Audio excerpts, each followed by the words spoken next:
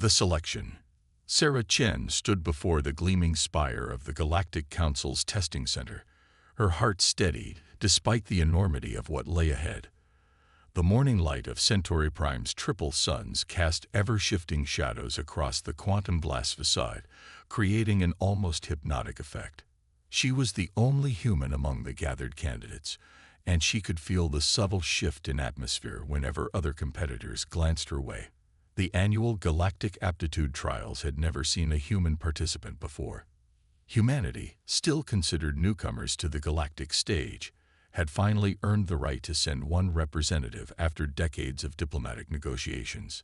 Sarah's selection had raised eyebrows across multiple star systems. She wasn't their most decorated scientist or their most accomplished strategist. She was an engineer who specialized in quantum architecture, known more for her unusual approaches to problems than any groundbreaking discoveries. A Meridian official, their crystalline form refracting light in complex patterns, floated toward the assembled group. Candidates, your attention. Their voice resonated at multiple frequencies simultaneously, a trademark of their species. The trial you face today has remained unsolved for 3,000 years. We do not expect success. We measure worth in how you approach failure. Sarah noticed the subtle reactions among her fellow candidates. The Volheri representative, a being of pure energy contained within an environmental suit, pulsed with confidence. The Zix-Troll candidate, an insectoid creature with compound eyes that seemed to process multiple dimensions at once, clicked their mandibles in what she recognized as amusement. They all thought they knew what to expect. The chamber of eternal recursion awaits. The Meridian continued.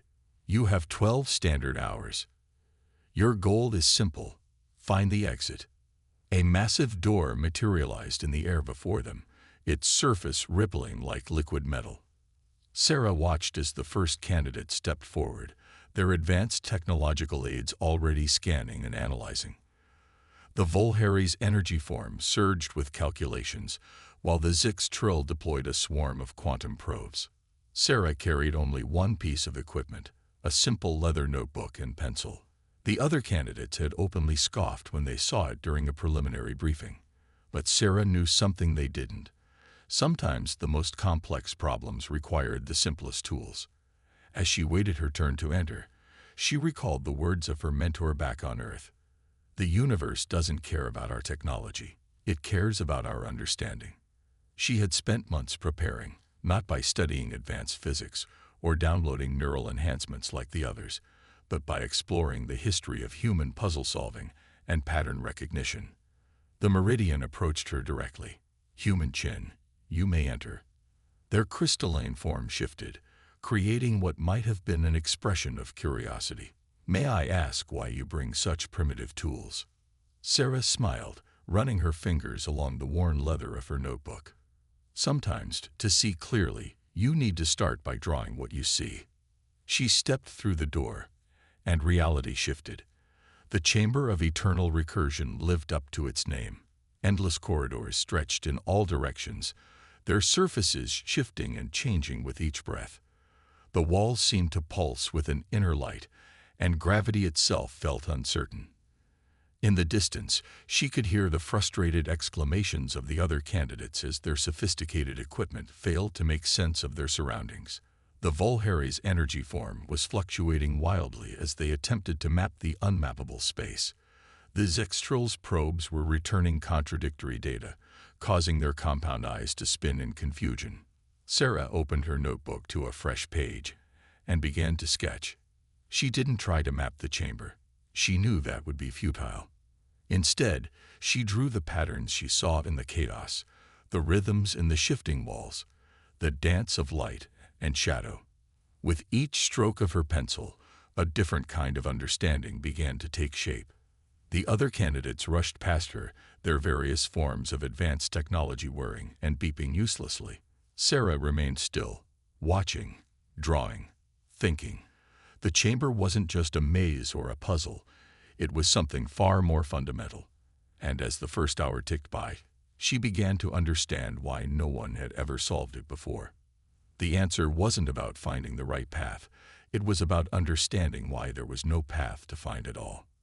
She closed her notebook and smiled.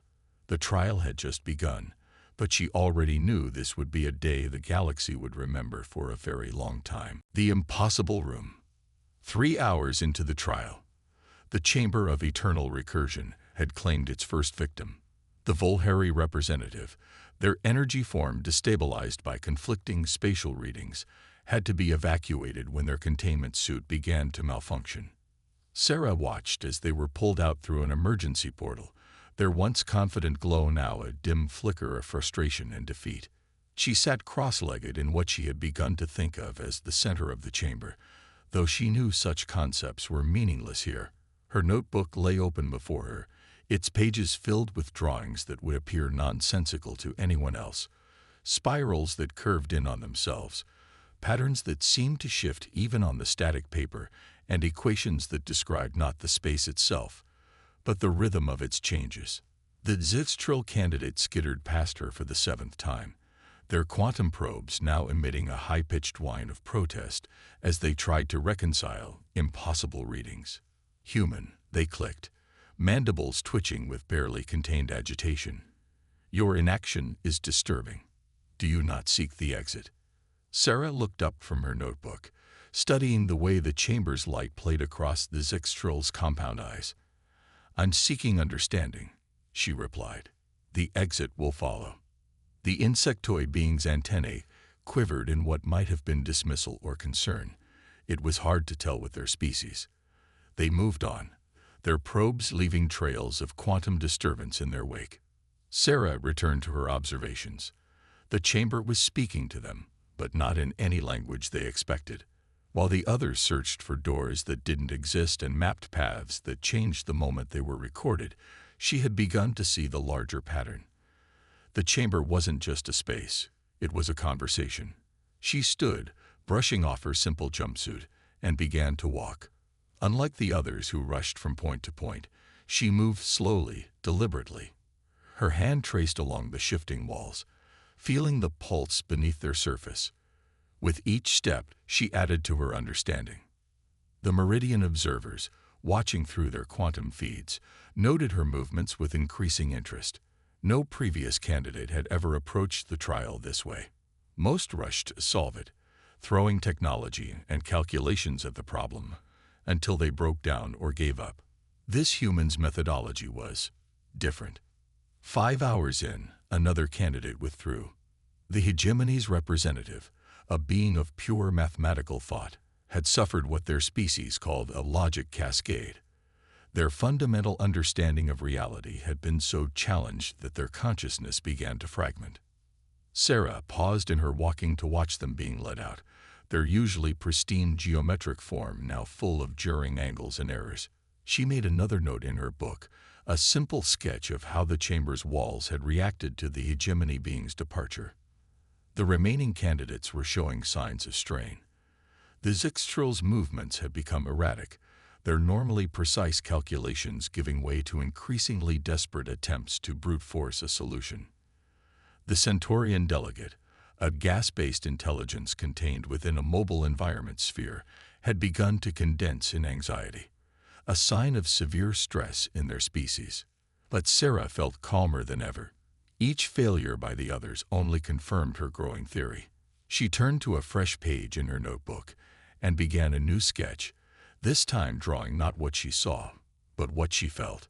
The chamber's pulse had a rhythm to it, like a vast, multidimensional heartbeat. The exit isn't a place, she whispered to herself, the words forming clouds of possibility in the shifting air. It's a moment. She looked up at the endless corridors stretching in all directions, seeing them now not as paths to be followed, but as expressions of a deeper truth. The chamber wasn't trying to confuse them. It was trying to teach them something fundamental about the nature of space, time, and consciousness itself. The other candidates had brought their most advanced technology, trying to solve what they thought was a navigation puzzle. But Sarah was beginning to understand that this wasn't a test of their ability to find a way out. It was a test of their ability to recognize why the very concept of out was part of the illusion. She sat down again, opening her notebook to a blank page. This time, she didn't draw what the chamber was doing. Instead, she began to sketch what the chamber was being. And as her pencil moved across the paper, the walls around her seemed to pulse in recognition. 7 hours into the trial, Sarah Chen smiled. She wasn't looking for the exit anymore. She was learning how to become part of the conversation that the chamber had been trying to have with them all along. The real question wasn't how to escape. It was why they thought they needed to escape in the first place. Breaking point. 8 hours into the trial, the chamber of eternal recursion had become a symphony of frustration. The Zixtril's quantum probes had finally failed, their delicate sensors burnt out from trying to map impossible geometries. The insectoid being now moved through the space on instinct alone, their compound eyes spinning in increasingly erratic patterns. The Centaurian delegate had compressed to half their normal size, their gaseous form dense with anxiety. Their environment sphere hummed with the strain of maintaining stability as its occupants struggled to process the chamber's contradictions. The remaining candidates had spread out across the non-Euclidean space, each pursuing increasingly desperate strategies. Sarah Chen stood in what appeared to be an intersection of 3 corridors, though she knew that description was as meaningless as trying to count waves in an ocean. Her notebook was nearly full now, its pages covered with interconnected drawings that seemed to move when viewed from different angles. She had stopped trying to map the chamber hours ago. Instead, she had begun to document its language. A sound like crystalline wind chimes echoed through the space. Another candidate withdrawing. The Centaurian had finally reached their breaking point, their gaseous form too compressed to maintain conscious thought. As they were evacuated, Sarah noticed something she hadn't seen before. The chamber didn't just shift when they left. It resonated, like a tuning fork being struck. "You're not changing the space," she whispered, running her fingers along the pulsing wall. "You're changing our perception of it." The Zixtrill appeared suddenly around a corner that hadn't existed moments before. Their normally pristine exoskeleton was dulled with stress, and their movements had lost their characteristic precision. "Human," they clicked, mandibles trembling. "Your behavior is illogical. 9 hours have passed. No exit has been found, yet you continue with your primitive markings." Sarah studied her fellow candidate with genuine sympathy. The Zixtrill were renowned across the galaxy for their mathematical genius, their ability to process multiple dimensional calculations simultaneously. But here, in this space where mathematics itself seemed to break down, their greatest strength had become a vulnerability. "What if," she said carefully, choosing her words with deliberate precision, "the exit isn't something we find, but something we understand?" The Zixtrill's antennae twitched violently. Meaningless human metaphysics. The trial parameters were clear. Find the exit. Parameters must have a solution. Must have logic. Must have. Their voice trailed off as their compound eyes began to strobe with conflicting calculations. Sarah recognized the signs. They were approaching the same logic cascade that had claimed the hegemony representative earlier. Before she could warn them, the Zixtrill's consciousness fractured under the strain. Emergency protocols activated, and they were pulled from the chamber, leaving Sarah as the last remaining candidate. 10 hours had passed. The chamber pulsed around her with a rhythm she now recognized as familiar. It matched her heartbeat, her breathing, the natural cadence of her thoughts. She turned to a fresh page in her notebook and began what she knew would be her final drawing. "We brought technology to solve you," she spoke to the chamber, her voice carrying oddly in the shifting space. "We brought quantum computers and dimensional scanners and probability engines. But that's not what you wanted, was it?" The walls seemed to listen, their subtle patterns aligning with her words. "You wanted us to stop trying to escape, because there is no escape from understanding once it's achieved. There's no exit from awareness once it blossoms." She looked down at her notebook, at the countless sketches and notes she'd made. Each one was a step not toward finding an exit, but toward recognizing a fundamental truth about reality itself. The chamber wasn't a puzzle to be solved or a maze to be navigated. It was a teacher, using the language of space and time to communicate something profound about the nature of consciousness. Sarah closed her notebook and stood. Around her, the chamber continued its endless dance of transformation, but she no longer saw it as confusing or threatening. She saw it as it truly was, a mirror reflecting the ultimate truth about existence. With 2 hours remaining in the trial, Sarah Chen prepared to demonstrate that she had learned what the Chamber of Eternal Recursion had been trying to teach for 3,000 years. The exit wasn't a door or a portal or a path. The exit was the moment of understanding that made such concepts meaningless. She smiled, knowing that what she was about to do would change how the galaxy understood not just human consciousness, but consciousness itself. The human element. 11 hours into the trial, the Meridian observers watched with unprecedented attention as Sarah Chen did something no candidate had ever done in 3,000 years of testing.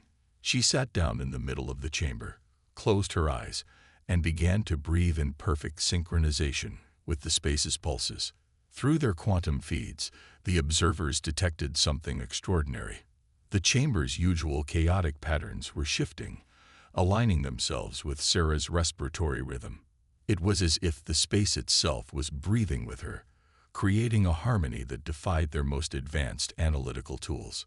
Remarkable, one crystalline observer chimed to another. The human isn't trying to solve the chamber. She's communicating with it. Sarah opened her eyes slowly, taking in the chamber with new awareness. The walls still shifted and changed, but now she understood that these movements weren't random or meant to confuse. They were expressions of a deeper reality, one that human consciousness was uniquely suited to comprehend. She opened her notebook one last time, not to write or draw, but to look at everything she had documented. Each sketch, each note, each observation had been a step toward this moment. The failing of every other candidate had been their assumption that the chamber was a problem to be solved rather than a conversation to be joined. "You're not a maze," she spoke aloud, her voice resonating with the chamber's pulse. "You're not a test of our ability to escape. You're a test of our ability to understand why escape isn't necessary." The chamber's response was subtle but unmistakable. The shifting patterns in the walls began to mirror her own neural patterns, creating a feedback loop of consciousness and space. The Meridian observers' instruments recorded unprecedented levels of quantum coherence between the human candidate and the chamber itself. Sarah stood, her movements now perfectly aligned with the chamber's rhythms. For 3,000 years, the greatest minds in the galaxy have tried to defeat you with technology, to force their way out through sheer computational power. But that was never the point, was it? She walked to the nearest wall, placing her hand against its surface. The material seemed to respond to her touch, its patterns flowing out from her fingertips like ripples in a pond.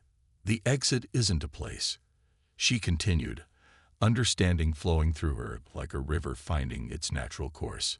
"It's a state of being. You're not testing our ability to leave. You're testing our ability to see that we're already where we need to be." The chamber's pulse quickened, matching her heartbeat perfectly. The Meridian observers watched in astonishment as their instruments recorded what should have been impossible, a perfect synchronization between organic consciousness and quantum spacetime. "Humans are different from the other species," Sarah said, speaking now not just to the chamber, but to the observers she knew were watching. "We didn't evolve with advanced technology.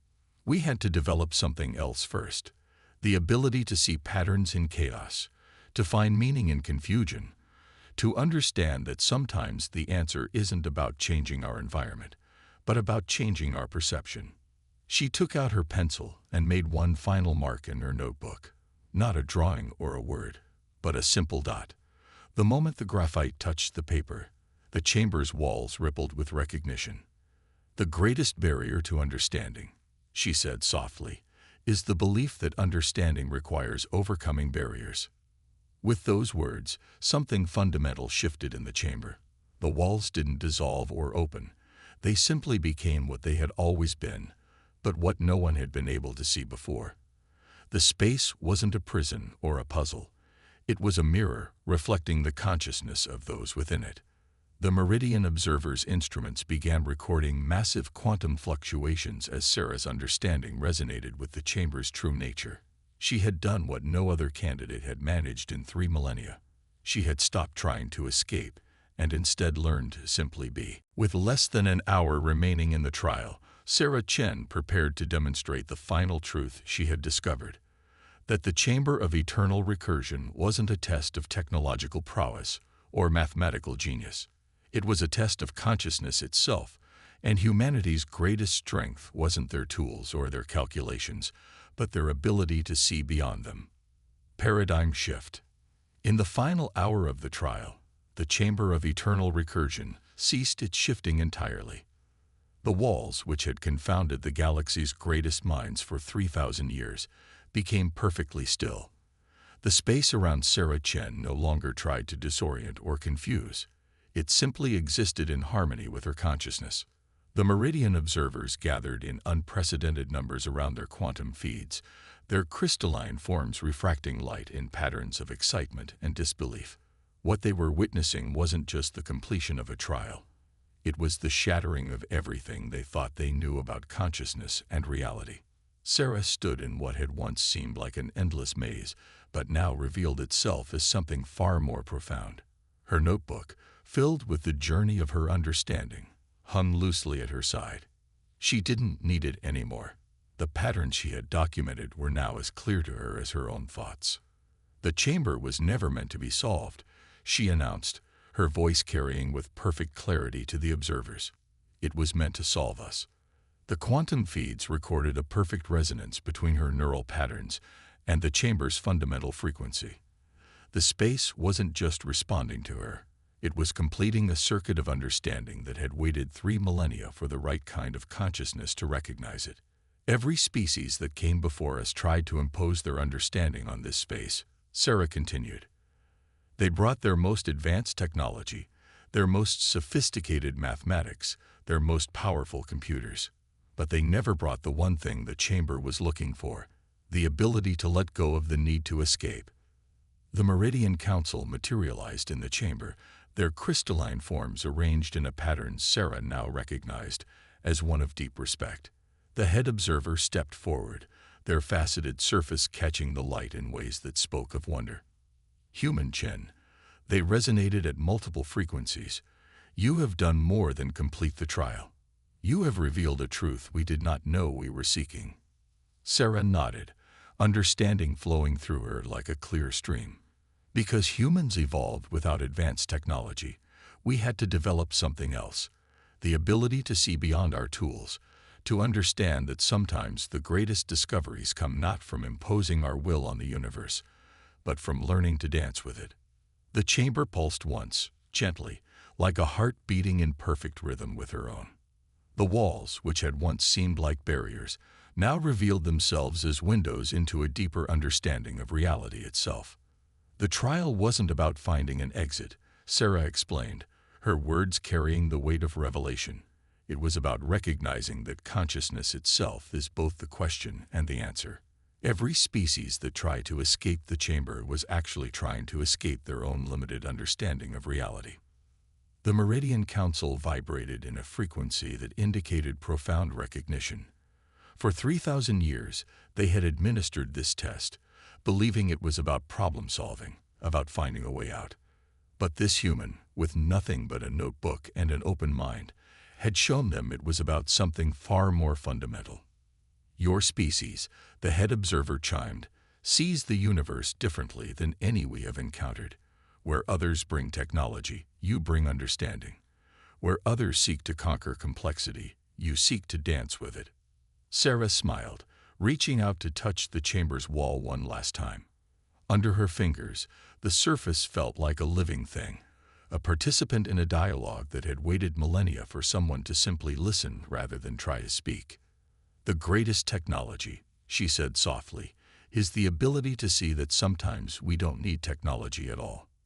As the final minutes of the trial ticked away, the Chamber of Eternal Recursion transformed one last time. But now, instead of shifting to confuse or disorient, it changed to reveal its true nature, a space where consciousness and reality met in perfect harmony, where the boundaries between observer and observed dissolved into pure understanding. The Meridian Council recorded their final observation. Humanity, the youngest species to attempt the trial, had become the first to truly understand it. In doing so, they had not only completed the test, they had transcended it, revealing new possibilities that would reshape the galaxy's understanding of consciousness itself. Sarah Chen walked out of the chamber not through any door or portal, but through the simple recognition that she had never been trapped in the first place. She carried with her not just victory, but a profound truth that would forever change how the galaxy viewed both humanity and reality itself. Sometimes the greatest escape is realizing there was never anything to escape from. In her pocket, her notebook held the journey of her understanding, each sketch and note a step toward this revelation. But the real treasure she carried was the knowledge that humanity's greatest strength wasn't their technology or their tools, but their unique ability to see beyond them, to find patterns in chaos, meaning in confusion, and understanding in the simple act of being. The galaxy would never be the same.